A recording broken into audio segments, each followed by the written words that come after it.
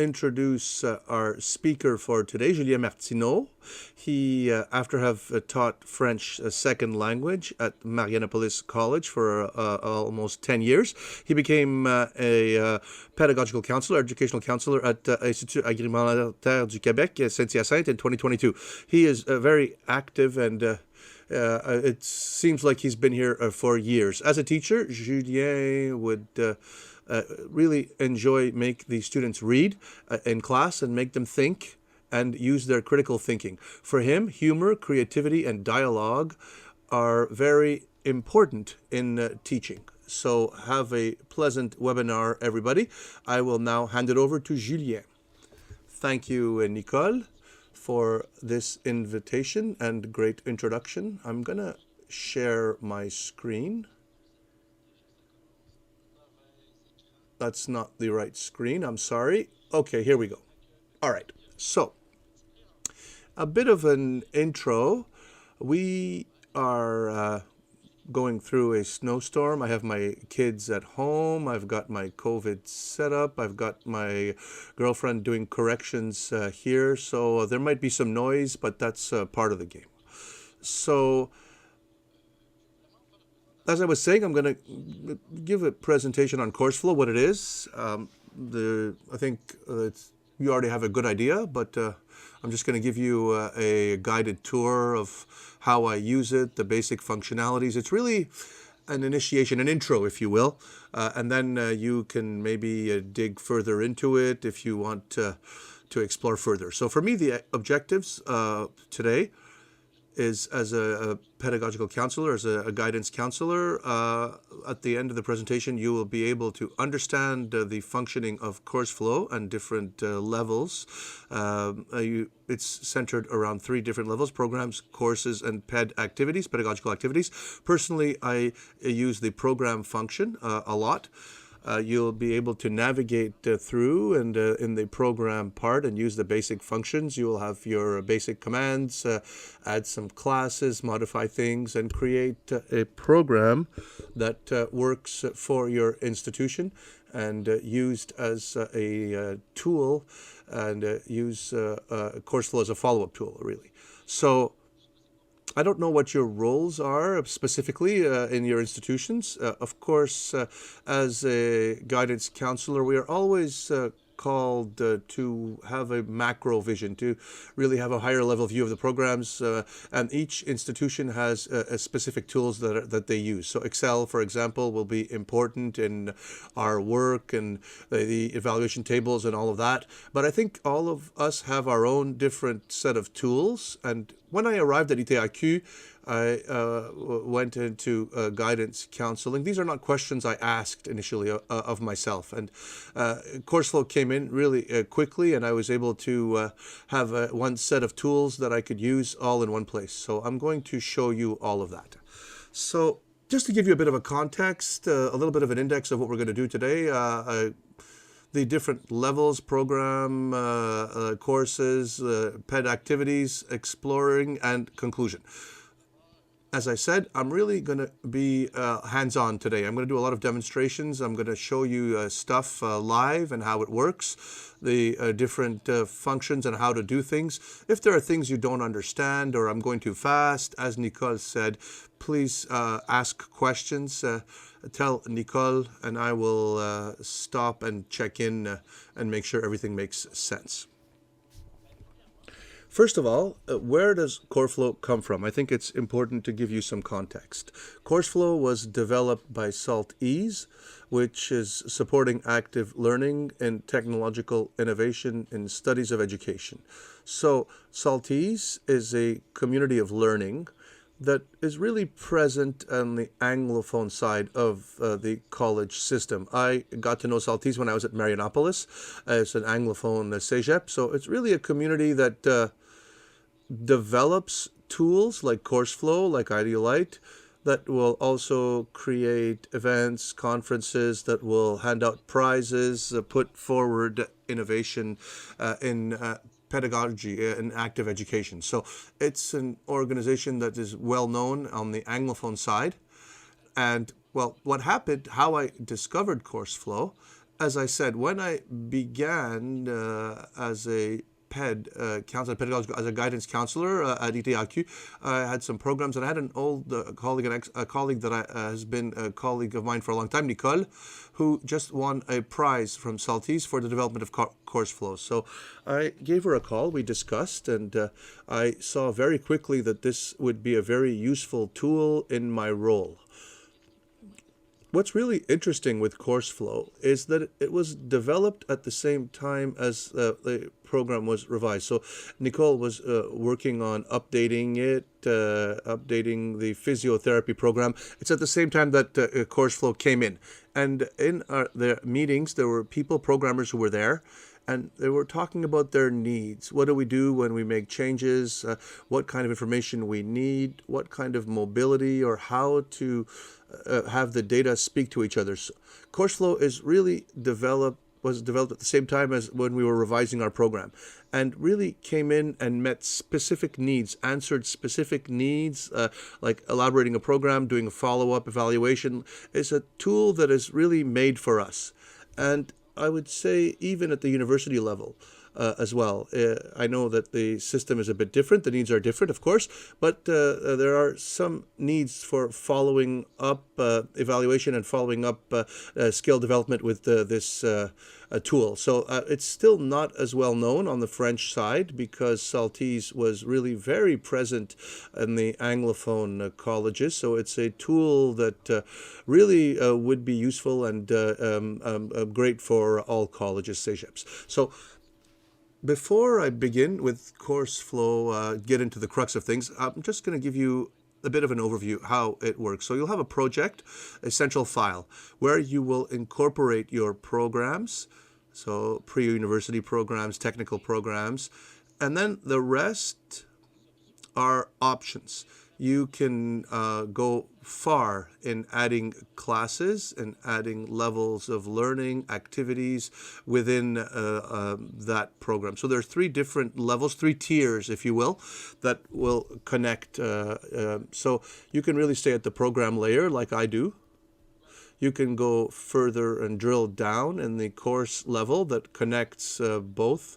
And then you can go further down into granularity of the activities themselves. So there's connections drawn, and they all flow into each other. It gives you a good macro view and allows you to connect how the program flows towards the students and flows towards activities specifically. So it's very theoretical, but what does it look like in the real world? So this is CourseFlow.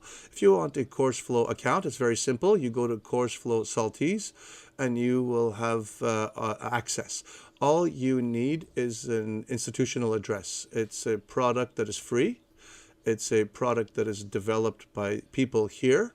So you make the request. Usually in 24 hours, you'll have an access, an ID, and you can set up your password. So when I come into CourseFlow, I sign in. There are different options here. I go to My Library, and there's a project here. So that's the first level that I was talking about. Starting from this point, I can create different things. For me, what's important now when I get into program, I'm going to show you what you can do and how we can do things. So I'm going to show you what things look like from a macro view, and then we're going to reverse engineer, kind of go backwards.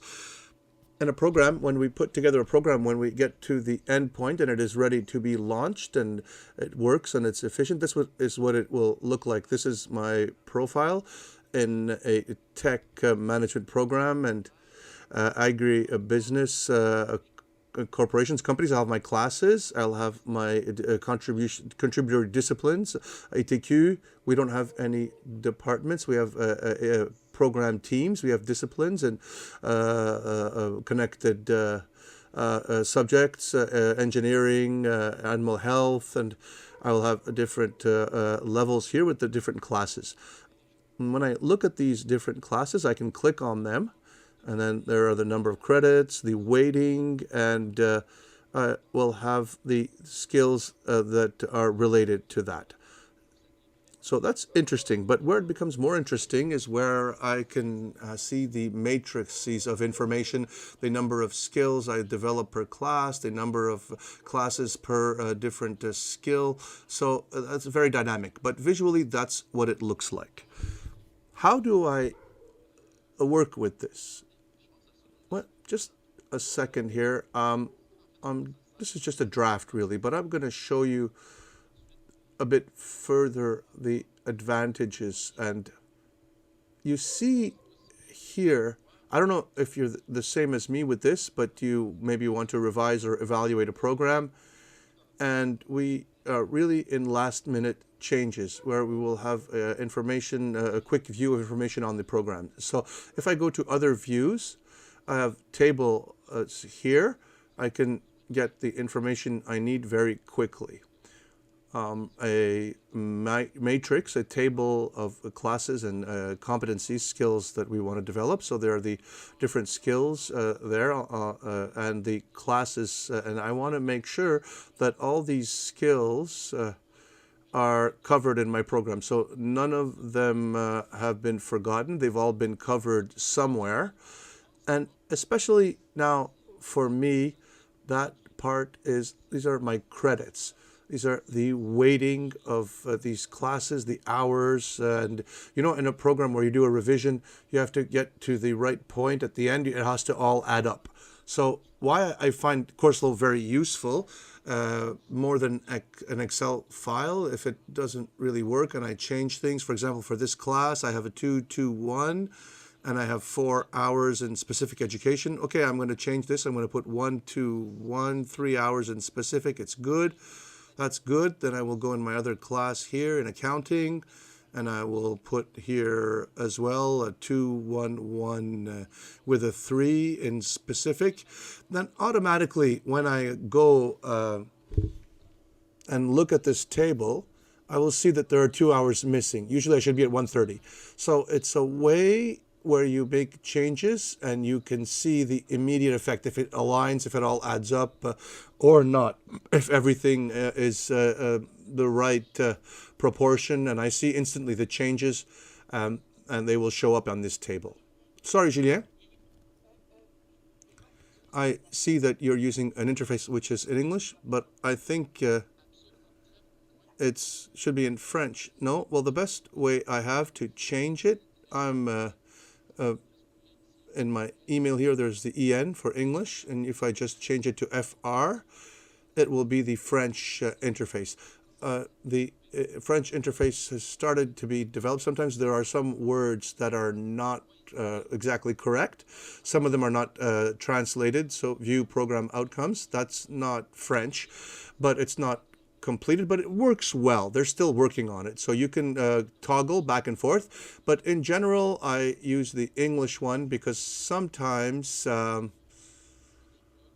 it's not bugs, but there are updates that still need to be done. So that's just my preference, but you can use it in French as well. Are there other questions, Nicole? No, there are no questions for now. That was my question. None for now. Very clear. Thank you. Excellent. So one thing also I appreciate particularly in CourseFlow, not just when I revise things, when I sit down with a teacher, for example, that comes and talks about his class. I don't know, I have a prof that comes and says, well, I'm giving this class, Repères Agricoles 2. So I open CourseFlow, I look at the class, and I see the skills that are associated, the skills we want to develop associated with that. So are there prerequisites? What are the skills that we want to teach here? So when I look at that, I can see very specifically the criteria for performance, the context, the evaluation. So I can see the portrait immediately of where I am. My favorite view in CourseFlow is the second one. Why? Because as soon as I choose a skill, I see immediately where it is and what context it's connected to.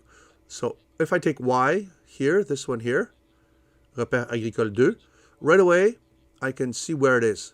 It is in the class called Animal Care and Animal Production, and in second semester classes as well. I also have a color code that says yellow is animal, green is vegetable, orange is management.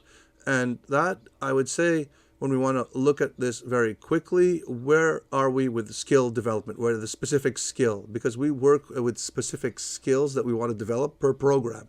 It's important to develop the skills and not the content. So this functionality allows us very quickly to see the skills and where they are in the program. It's very visual. I think so anyway. This is what I use the most every day. That's the final result. So how do we get to that? I will go back to the library, and I will use the plus there, and I will have three choices: activity, course, or program. So the three levels, the three tiers I talked about. I will go into program. Then I will give it a title, webinar, very original. There we go. And then we will find ourselves in the CourseFlow interface. So in the beginning, I have one session, one semester, 3 disciplines. Now is the time to modify, make changes. The interface, personally, I find it very intuitive, but I've been using it for a while. It may seem a bit counterintuitive at first, but when you select something, whether it be a semester, a category, or a discipline, you will have on the right the information and characteristics that you will be able to modify. It's always like that in CourseFlow. On the right, I have the options to modify things when you pull something up. When my first category could be, well, I don't know, a program. It could be general training or general education. Can I ask you a question, Julien? David Lemelin, who's asking this question, in the pre-university programs and sometimes in technical education programs, there are options or different profiles with a common core. Can you do that in CourseFlow? Because often these are these situations where errors happen. That's a very good question. Yes, there are two options, I would say. I'm going to show you what it looks like. I tested both. You will have in CourseFlow a category where you can create what we call knots or profiles, nodes or profiles. So if I take the program Chimie GTA, all the profiles 2023, 2026, the current program has 5 profiles, which is enormous. And there are a lot of choices. So I created all of these different profiles, these different options for this program. I have milk, general vegetables, grande culture, a lot of produce, and a lot of different categories. I can take them out and have access to only the classes related to the dairy part, or I can have grande culture or maraîcher, which are vegetable profiles. So these are in a program, and that's maybe the problem of my institution. There are so many classes, there are so many programs, so many different profiles that come off of a common core that sometimes modifying it takes a long time, and sometimes I get impatient. What I do at the program level, we have 3 different profiles, three different distinct, like they're different programs: vegetable, animal, and general. So I created 3 different programs. Of course, when I'm putting things together and I'm in exploration mode, I have to be careful to modify all 3 when I want to make changes. Maybe I'm going a bit fast here, but I want to answer David's question. We have an option here that was added recently, which is Workflow Comparison Tool.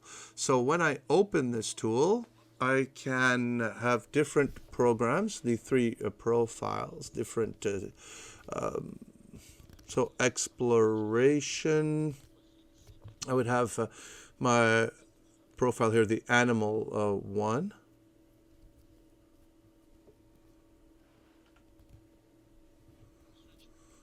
And I can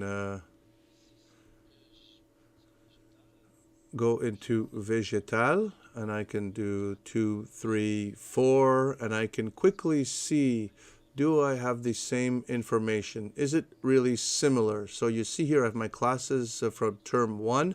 So when I click on a class on the right, there's the information, the credits, the weighting, and all of that. And then I could see and compare both. You can see here it's not the same title. So I can modify that, and I'll be able to make corrections within each tab. So both ways are possible. Personally, given that I don't have a lot of patience and that I need to see things separately sometimes, I look at them as 3 different programs.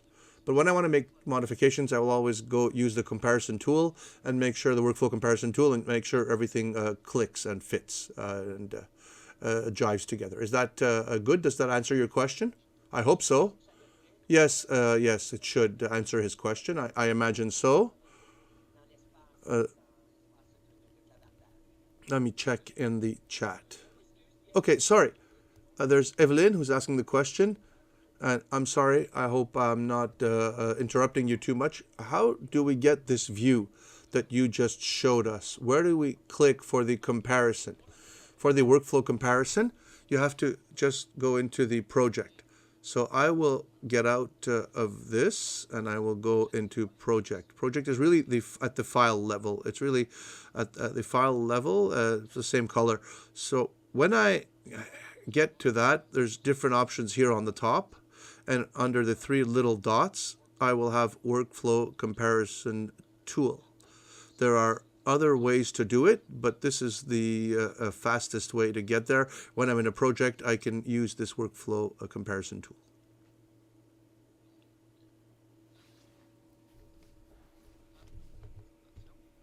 Back to the presentation now. I'm not gonna really invent all these names of categories and disciplines. I'm just gonna go very quickly, and I'm just gonna write biology, and it's not necessary, but I can color code it. Personally, I really like using color coding because right away when I see a class and I see a color, I know exactly what it's related to. I have biology. I can put here chemistry. I can also have, I don't know, English or physics. Okay.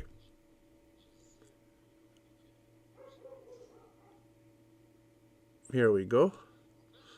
So I have my 3 categories, my sessions, my terms, and another thing you see with CourseFlow, starting when you have an object, whether it be a semester, a category, you always have these little tabs, these icons, add, copy, erase, or add comment. It's pretty easy. As soon as I have a semester, I need 6 of them. I'm going to add plus, click on the plus, and I get the 6 semesters. The same thing for my different categories. If I need a new category, I don't know, philosophy or French, I click on the little plus, and it will add another category that I can then modify. So I click on it, and I can enter the title, so French, for example. And so that is the first thing you can do. And a program with no classes doesn't work. So what I'm going to do here, I have my 4 other options here. I have my information. I have the option to add things. I will have here my different skills and different views. Starting from when you want one class, there are different ways to do it. You can go into add, and you will have here nodes that are classes, and I have the different categories. So what I need to do is drag and drop to add. So I take a biology class and I put it in here. And there you go. There's a biology class there. Once again, the same way, it's always the same principle. When I click on it, I can go and edit. It could be, sorry, if there are people in biology, I have no imagination, so I'm going to call that muscles. There you go. And what's good with CourseFlow is you can add it clicking on the plus. You can duplicate also. So I'm going to click on plus. It gives me another class. And as soon as I change categories, it changes color. It changes its place. I can go physics, French, chemistry. It will adapt to the color coding that I chose. So I could create my classes. A French class, I could say, I don't know, Français 101. So I could put another class here, physics. I click on it, and I'm not very creative today. You can see there are the classes there. I can add them, and I can always add them in the different terms. So that'll give me a skeleton, a basic program. Where it becomes interesting is where I can add skills to develop. So as I showed you before, to get to the view where I have all these matrices, these tables, and I can see all the information at a quick glance. So what's essential? Sorry. I'm going to go here. So to have all these this information, I will have to connect my classes with the skills. So pedagogical alignment, I have to have a 2 and then a 2 here. So to have that, you have to go enter the different skills. I have the workflow view. I have the other views, which will be the different tables and matrices, and between them, I will have my skills. There's not 10,000 ways to do it. There's 2. It will be entering them manually or import them from a file. If I go back to where I was, return to presentation, I have to have these skills to put in there. I will simply go into the skills tab, and I will enter them manually. So I'm going to pick one that I have already, GTEA. Sorry if I'm not as organized. It was very intense this morning. So I have, and my phone is ringing. So it'll be on YouTube anyway. You'll be able to go back and watch it anyway. I have my different skills here. What I will do is I will go and import them one by one. I will have the 029 analyzing work functions. So I will take that. I will add it here. I click, and I have the editing windows here on the right, and I will put the code. That's very important to be able to search things, 00229. Then I will be able to add my skills specifically one by one. It'll be the same thing. When I click on them, I give it a name. I could give it a description, and I will do that for all of them. Once that's done, then I can go and connect the skills with the classes. To do that, once again, it's very easy. All I have to do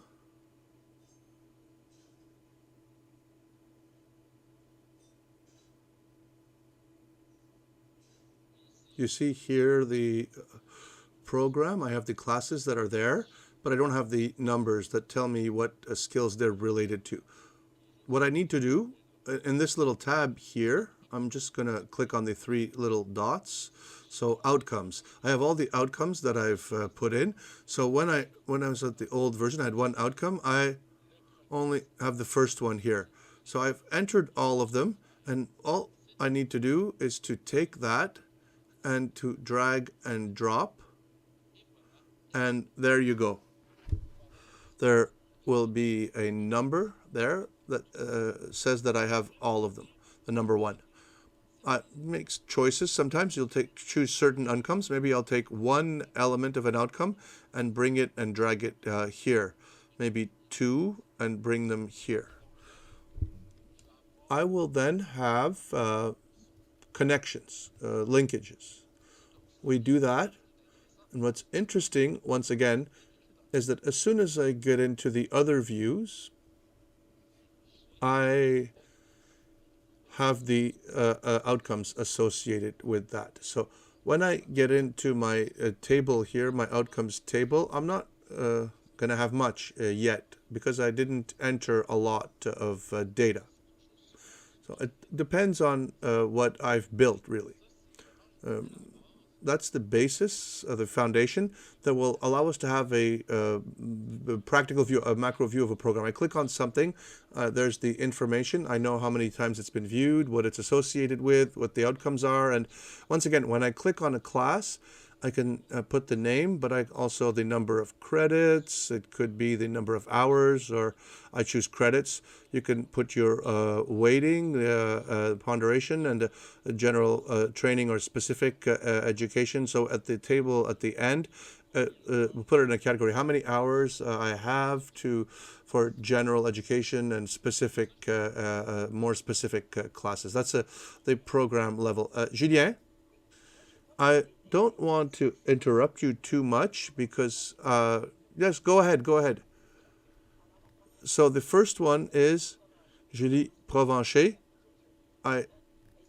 Is it possible to have a course weighting, a ponderation, a course weighting of 4 numbers instead of 3?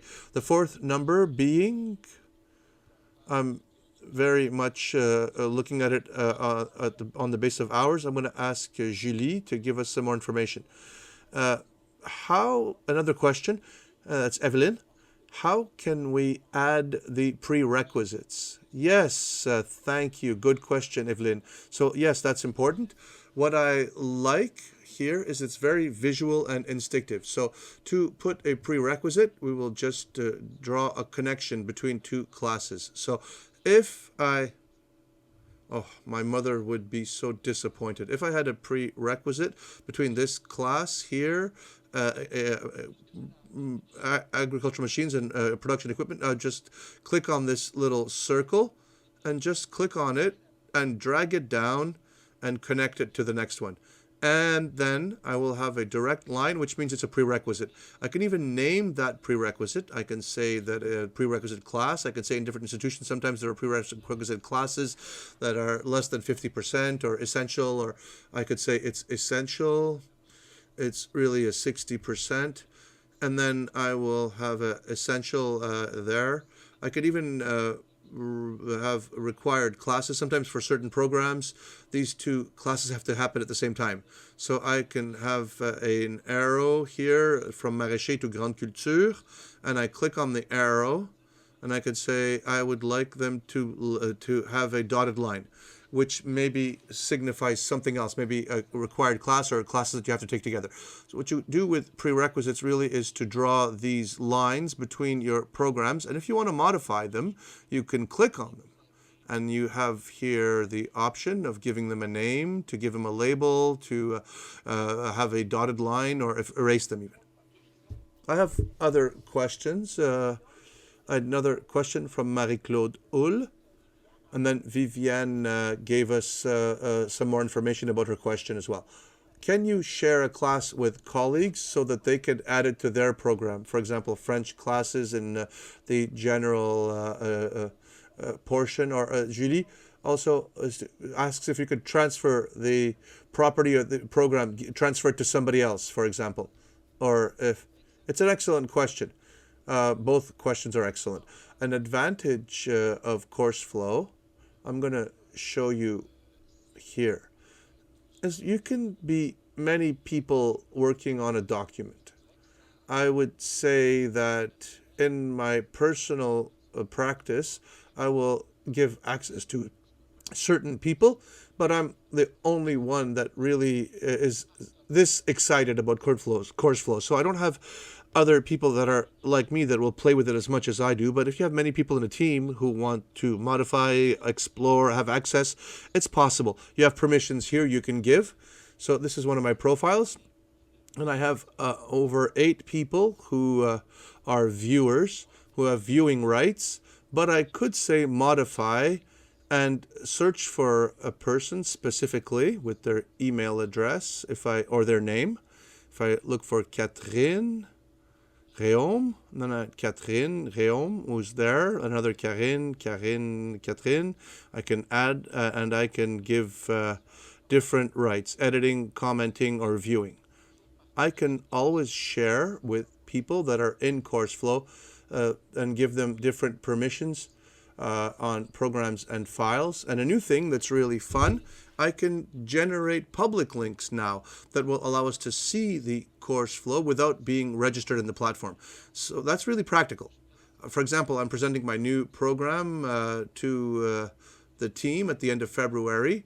And I'm not going to ask 35 people to create an account to have access. I could just generate a public link, send it to them, and they could see the information, click on them, but not modify.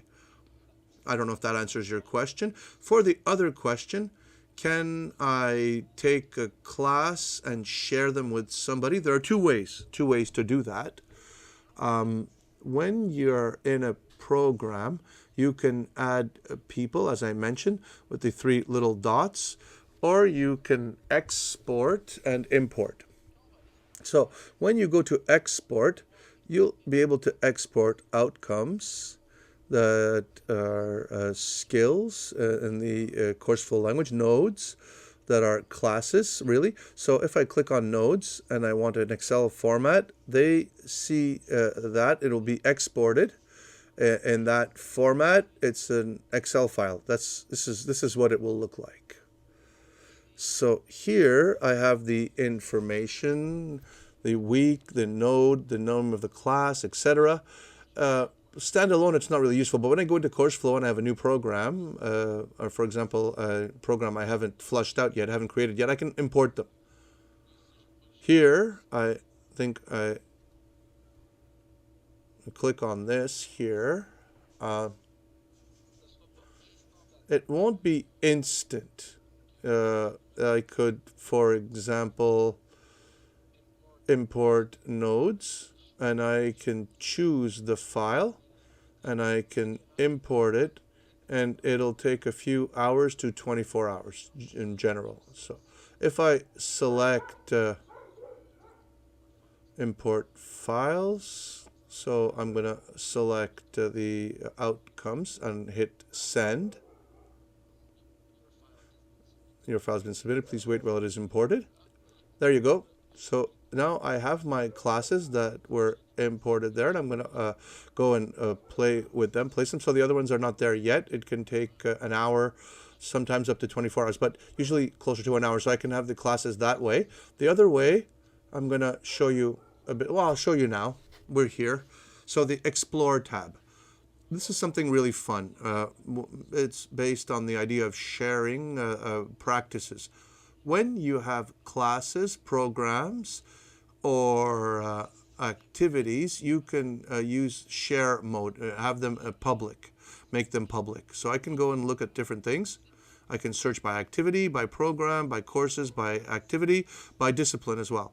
I can say biology, for example, and then when I will select biology, there are people who have already, template of the science program. I can go there and I see that there are people who have done classes, have they built programs. There's a program here related to the science classes. They've probably already entered all the classes or the outcomes, so I don't need to enter them. I can just go and take what's there. They entered all the outcomes related to science. So what I will do, I will click on the three dots and I will say copy to my library. And then I will have it here. You see it here, science program template. So I will put that in my file, my program called presentation. So everything that is there that will go into my program, I will be able to make modifications, keep what I want. So I hope that answers your question. There's the more conventional way, export into Excel and re-import, or to see what's available, copy it and then modify it as you like. Other questions, Julien? Relevant question, I think, for people participating in the webinar. There's Melissa asking and Evelyn answered, but I can still get your validation. Can we create an example of a program, a format that people can copy and fill out if you want to maybe use the old program and then work off of that and make modifications without erasing the old one? Yes, you can copy paste and then make modifications. Yes, exactly.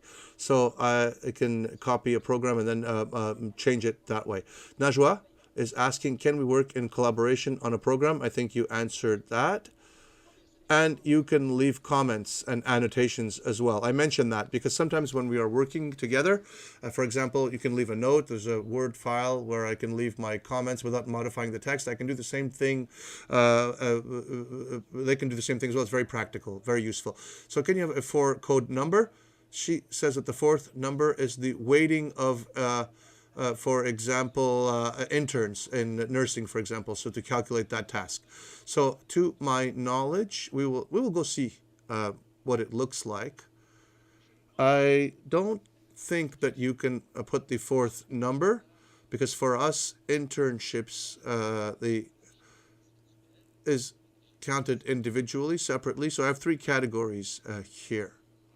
Unfortunately, I don't think so, but one thing that's important is that CourseFlow is a tool that is evolving, that is a living tool. So there's a lot of things that were not available when I began.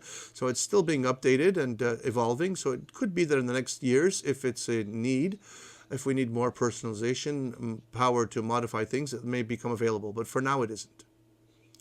I have a lot of questions. Can I like people in reacting, tell me if I can continue asking the questions, or if you, should I continue asking the questions, or can we continue the presentation? Please put your hand up if you want me. Can I just show you one more functionality and then I can answer questions? Because everything I showed you is the program level. And for me, that's something really impressive is the possibility of relating classes, connecting classes to programs. And I'll explain why. I'm in the physiotherapy class, for example, the class that was at the basis of this project that's available for free. And you see, I have all these classes, the prerequisites, the linkages, the ponderations, weighting, etc. within a class, like a physics class, for example, that is related to 6 outcomes. I have one, and I have other elements related to another outcome. Within that, you see I have a little link here, visit workflow. What does it mean? It means that I created a class and that I have the linkages like a hyperlink, if you will. So when I click on it, it goes to the class. And what's fantastic with this is if you know that a class, I must create objectives, outcomes, objectives to see if my outcome has been reached. So when I get into the class, what's fantastic is I have objectives, learning objectives, goals, that I related to the outcomes that are there. So why is this interesting? Why is this great for me as a guidance counselor? I can see I put the objectives, the learning, educational objectives that are related to outcomes. What does this mean? It means that I can really go and verify that I didn't put an outcome haphazardly. It's related to an objective. I don't have any objectives that are not connected to anything. It is there. It is related to an objective of the class, the outcomes. So the same way I have a workflow of the class, I have different sequences. So I have the welcome and orientation, fun stuff, evaluations, quizzes that will be related to my learning objectives, my educational objectives. So everything I do in the class, whether it be reading, whether it be an activity, whether it's an evaluation, and it's related to a learning objective. So what I can really do is build a table with these goals, these objectives. So when we talk about pedagogical alignment, it's the ultimate. I have all my objectives there that are connected to different activities and evaluations. And the more I dig and drill down, the more I go up a different level. So that's the best tool to see if a class is aligned, if the objectives are aligned to evaluations that are related to activities that are related to outcomes. So that would be my ultimate dream, to convince a team to go to that level. That's another level. But for me, I really want to show you that, because that's the advantage of CourseFlow, is because you have a program view, but then you can drill down through the classes and down to the activities. So that's what I had to say, and now you can ask your questions. So I get back to the questions now. We answered the one about classes. You can work in collaboration on a program. Yes, that's fine. There's, Melissa, who's saying, can we work on a project in collaboration? It's with other people with the different access, levels of access, and working on the same table, etc. Yes. Is there a way to download a PDF version or PNG to share a visual? Yes. And last question from Melissa, what about protecting data and protecting private information? So this is the question of exporting data. For now, when I go to export here, when I want to export, I can export outcomes, nodes, competency matrix, or the SOBEC validation. I don't have any visuals, but if you need a visual representation, is to take a screen capture maybe, or transfer it in another way. The other question for protecting information, private information or data, it's a really wide question. But when we're talking about visibility of data, the library or exploration that I showed you, this is a choice you will make if you want to put that on your programs and share the data. As far as protecting the data, I don't know where the servers are for SALTISE, but if you're talking about Build 25, I don't see a lot of data that can be of a confidential nature or personal nature.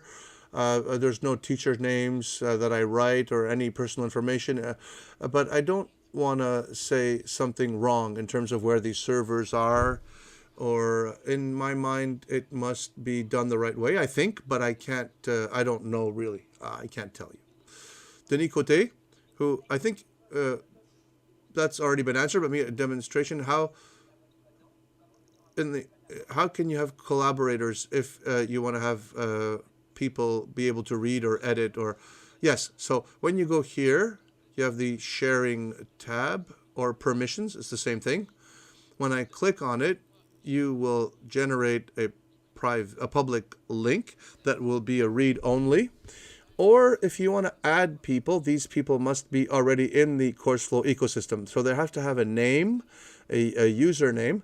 And if it's the case, when you write that here, you will, Alexandre Baccarat, which is my colleague, I can select that. And then I can give them different access, whether it be editing, viewing only, commenting only, or viewing without commenting, or from the weakest to the strongest. So I'm going to hit share. Okay, Eloise, and I think it's a yes as well. Can you share the projects with other people? Yes. That don't have access to CourseFlow. Well, the project, when you will share a project, when you're talking about a macro view, you can share with somebody who doesn't have access, because you're talking about many elements. A project will contain a program, classes, etc. You can share a program that then contains all of that, but a project specifically, if you really want it to be useful, you have to be in, are there people who have access where you could share to anybody registered in CourseFlow? Yes. Yes, if I choose to do so. Okay, perfect. And also to export in Excel to share them. I think you showed that as well earlier. There's Émilie Boutin, and I hope we're answering all your questions. Hello, Émilie Boutin-Fauteur. I have some questions, but I'd like to validate I understand the options. Project equals program. Project was really the file that will contain, for me, it's a file on Windows that I will put a name in, like a folder, and that will contain things like programs, which will contain the classes, and the classes will contain the activities. So there's a whole vocabulary, workflow What is workflow in French? Plan de travail in French. Workflow in French is plan de travail. I'm going to write it down in French here. Oh, I'm going to select French. You will see. So for me, workflow is really the visual representation of the program. So I'm just going to put it into French. They have it as a workflow, a plan de travail in French. So you can see semester by semester, class by class, etc. So there's different categories. Does it correspond to disciplines? Term equals session. I think what I will propose to Emily is to go into CourseFlow and to use it in French and English and see. Then you can compare and see what the vocabulary is. There's Anouk who's asking, can we import files other than Excel in other formats other than Excel and print them? So for the format, it'll be XLS, Excel, or CSV. For now, that's all that is available. What was the other question? Just a moment. Can you print them? You will be able to print the Excel's files, but if you want to print the workflow, it'll be like printing a web page. It won't be consistent, but if the tool continues to develop, it'll be something interesting that they could offer, an option to print a visual. So I think that might be coming, but it's not available yet. Najwa is asking, can we put the content, classes and activities? I don't understand. Well, yes, absolutely, I understand. So the example I have here of a class, so I'll go into a class. But yes, when I create a class, and then I can create the learning objectives, but I can also use it as a master plan. I can put my outcomes and the essential content. You can play with it and move it around depending on your needs. When I create a class, I'm just going to show you very quickly, because we haven't really had time to cover it completely. But if I go into presentation, I have create, with the little plus here, I create a class, a course. So I will say muscles, so a biology class called muscles. And then I will see here preparation, artifact, evaluation, and then I can modify those things and give them other names and put some content here. So a description here, I can use it as a more basic kind of plan for my class. I can give the details that I want, but the answer is yes. Is the table generated by CourseFlow, the matrix, or is it done manually? It's generated by CourseFlow. That's what's really interesting, is that you'll be able to have the information represented in different ways. When I do a modification, the table adjusts in real time, and I can go and see in different ways by different semester if it's aligned with the outcomes of the classes. It's like a living database where you can change things and the view changes. To who belongs CourseFlow and who can see my information? I'm talking about data, servers, hosting of information, the data, all that. Well, for Build 25 and data, we have a much more sensitivity to that. My understanding is it's a tool that is created by SALTISE. So to answer that question, you would have to communicate with SALTISE directly to get information on that. I don't have any information on that, but it's not Microsoft. It's not a big giant corporation. It's a tool that was created and developed by SALTISE only. And there's Najwa who's asking about these matrix, these tables. How do you generate these tables? So you will go in other views, and that will allow you to see this table. And if you want to export it into an Excel file, with these three dots, you will export and you will choose a key, which would be a skill matrix or an outcome matrix, and then you will click send. They will generate the file and send it to your email that is related to your account. Last question that I find very relevant as well from Annie de Champlain. It says, you say that your dream would be a team of teachers, would be to create more stuff for CourseFlow. What are the things that are stopping the teachers from using this more? A great question. I'll give you an example. This was developed with a program in Dawson. I know that Dawson already used this. There are teams that had time to learn the tool and get familiar with it, and they go into the classes related to the program and do this modification alignment. So the advantages for me, what can be the obstacle? That's the question. So I think the first thing is it has to be a tool that is institutional level. It has to be an institutional tool, a used institutional level. So if it's only at the personal level, it shouldn't be time lost for those people, because it's a learning curve. It takes a time to learn and to put in the data and learn how to use the tool. So if it's not only a few people, it's not really valued as much. If one person leaves, less people are using it. And if you really want it to last, it has to be held up by the institution. So the advantages I see in terms of alignment, we really are working with our objectives and outcomes, and there's a level of perenity as well. It has to be a living kind of thing. So teachers that come in that have been there for a while in a class or by content, they don't have vision of the program vision. We give them CourseFlow, we give them the content through CourseFlow, and then they get a more macro view of things and a better appreciation of things, which is really good for a program approach. Well, there is 1 minute left. We're out of time. There's more questions. Julien, are you satisfied with your presentation? Are there things you wanted to add? I'm about at 40% of what I wanted to share today.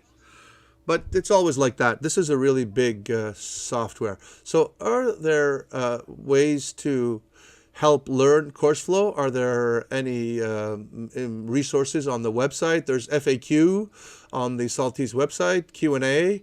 I would say that the ideal thing is to really use it, play around with it, and when you hit an obstacle, you can then speak to others that are using it.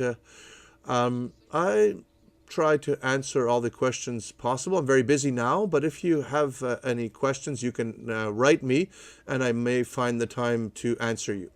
So I see that in CourseFlow, in professional development or PED resources, you can find information. There is, oh, that's a good question. I saw it this morning. So I think it's on the SALTISE website, more than CourseFlow. Then you go to communities of practice and hands-on workshop. You'll get information there. Perfect. So thank you, Julien. Thank you for giving us your time and expertise today, and we will continue to collaborate together. Thank you to all of you. Thank you for your time and attention today. I hope you've appreciated the presentation. I loved it, and we will see you soon. And thank you for filling out our survey. Thank you. Have a wonderful day, everybody. And the questions and answers will be shared to all. Thank you. Goodbye. There are people clapping. Bravo. Thank you. Thank you. Goodbye. Have a wonderful day, everybody. Goodbye.